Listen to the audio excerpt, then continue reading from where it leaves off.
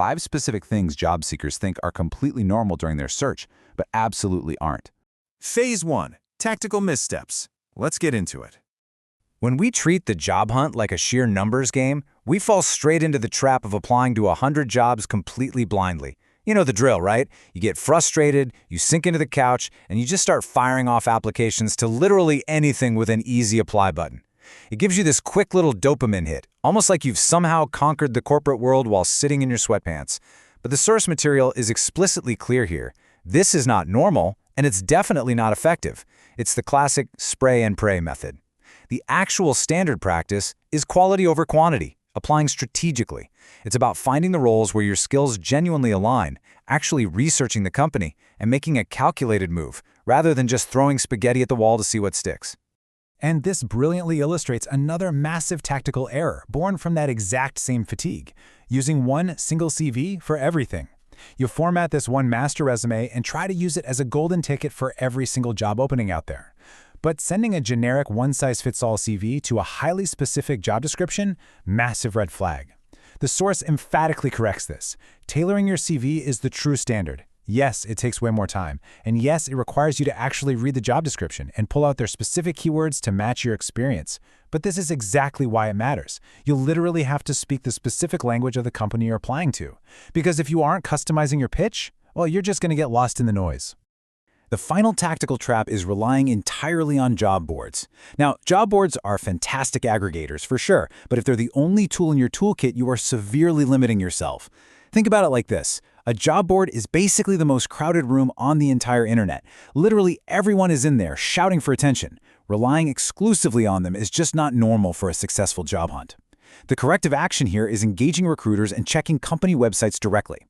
Going straight to the source or working with a recruiter whose literal day job is to place candidates completely bypasses that massive digital pile of resumes. It shows initiative, and it immediately separates you from the pack of people who only clicked apply on some third-party app.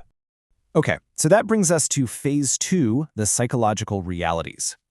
The job hunt isn't just tactical. It's a deeply vulnerable emotional process. It's this constant cycle of putting your value out into the world and just waiting for validation. And when things don't go perfectly, our minds start to play tricks on us. Now, what's really interesting about this next concept is the deep internal emotional weight of the radio silence. The heaviest burden is getting no response and immediately thinking you are the problem. You submit a beautifully tailored resume, you feel great about it, and then absolute crickets. Days turn into weeks. The human brain completely hates a vacuum, so when we don't get an answer, we just invent one. And usually that invented answer is that we aren't good enough or our experience is lacking or we're just fundamentally unhireable. It breeds intense imposter syndrome, and we wrongly assume that the radio silence is a direct reflection of our personal worth. But here's the reality check from the source material. Silence is just part of the process. I really want to emphasize this because it is absolutely crucial for your mental health during a search. The silence is not a reflection of your worth. It's not some secret code that you are the problem. Actually, companies deal with budget freezes, shifting priorities, massive HR bottlenecks, and honestly, sometimes just pure disorganization. The silence is incredibly frustrating, yes, absolutely, but it is an everyday, entirely normal part of the corporate hiring machine. You have got to detach your self-esteem from their response time. Which brings us to the ultimate hurdle, stopping after a rejection.